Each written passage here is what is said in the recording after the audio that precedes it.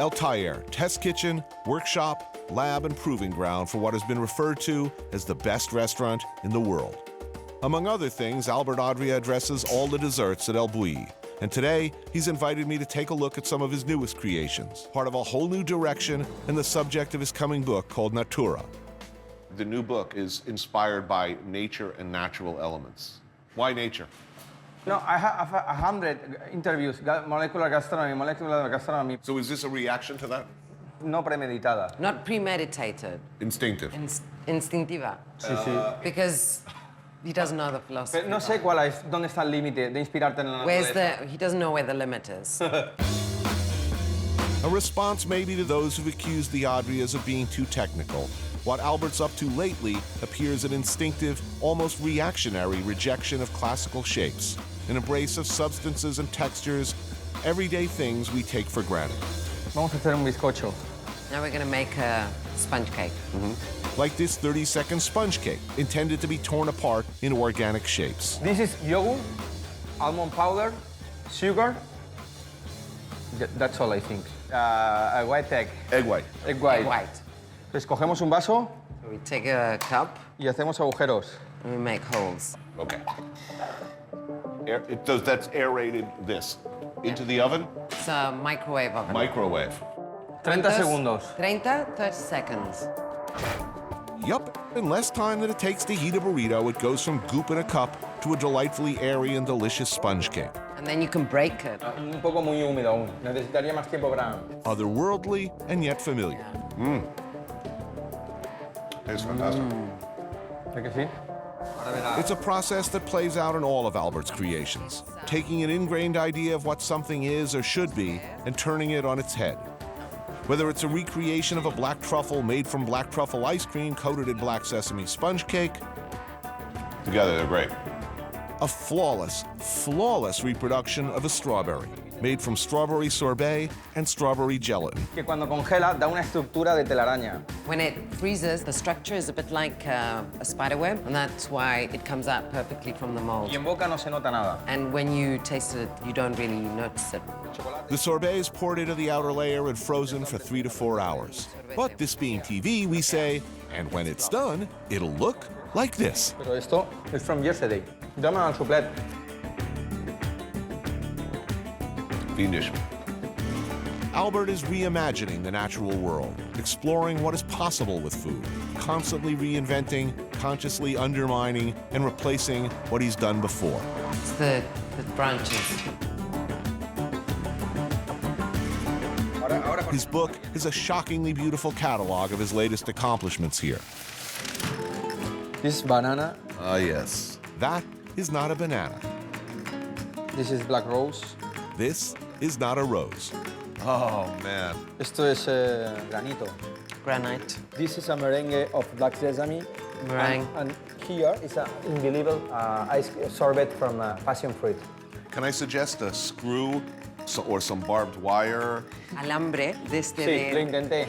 He tried it. Sí, sí, No, sí. no. With chocolate. Pastry chefs everywhere, when they see this, will gape in fear and awe and wonder. I feel for them. Like Eric Clapton seeing Jimi Hendrix for the first time, one imagines they will ask themselves, what do I do now? Remember those tired, boring-looking chocolate eggs you spent the entire Easter Sunday hunting for as a kid? These are not those eggs. Sort of changes the way you look at chocolate, doesn't it? I'm heading out of town with Albert and Lucy. About an hour and a half north of Barcelona, in the foothills of the Pyrenees Mountains, there's a small factory that Albert tells me is the future of chocolate. Artistic chocolate is concept of a sculpture. It's a sculpture made of chocolate. His requests are normally, there's a theme. Might be somebody's 50th wedding anniversary, but develop it in his own style. Y siempre pensando que lo que hago es para comer. And always keeping in mind that in the end, you're gonna eat this. It has to be eaten. So if Sylvester Stallone called and wanted a life-size sculpture of himself in a heroic pose in chocolate, he'd be calling the wrong guy? Sylvester Stallone, Sí. y te pediera, por favor, hazme una escultura. Yes. Pero, Wrong number? Es posible, ¿eh? Rovira eggs have become an edible version of the Fabergé. beautifully and individually crafted and similarly pricey at around 50 euros each. And while these beautifully made eggs could stand alone as finished products, they're only halfway done. After all that careful molding and shaping, he introduces a somewhat more random element into the process: the rays of the sun. Gradually, the sunlight will start to melt away the thin layer of chocolate, ultimately creating a tear that quickly escalates to a hole. While the process takes time, the trick is acting quickly once the hole starts. Está sudando. Yeah, they're starting to sweat.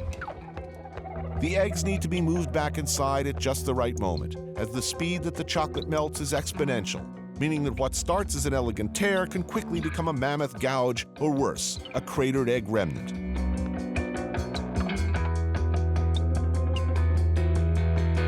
After a nice solid working over, our delicate chocolate friends are showing signs of solar fatigue. It won't be long now. Sí, está sudando, ¿eh? I see that guy's going. Yeah, they're shining. Yo creo que es... Once that first hole forms, Enrique and the rest of the crew will have to act quickly, or else it'll be hours of work in vain. Mira, mira, mira, mira. Yeah. Yo he dicho, esta va. Aquí. They're going. Sí. Mira, mira, mira, mira. Al final este va el más rápido. Mira, mira. Uy. Whoa, here we go. Look at that. Hey! Guys!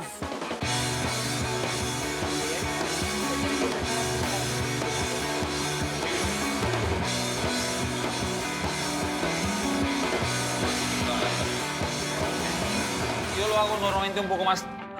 He likes to turn them round so that you have the melting chocolate coming down across the hole. They evoke the organic forms of Gaudi or Dali's surrealism, clean and modern. Enrique gives the eggs a chance to cool properly before applying his final touch. He works a mix of pure chocolate and cocoa butter back and forth until it reaches just the right temperature and consistency.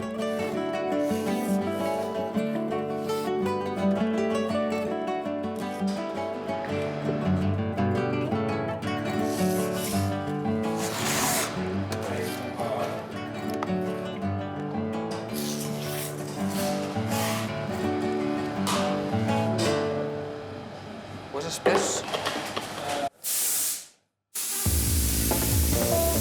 The chocolate mix is then used to airbrush the eggs with a kind of chocolate primer.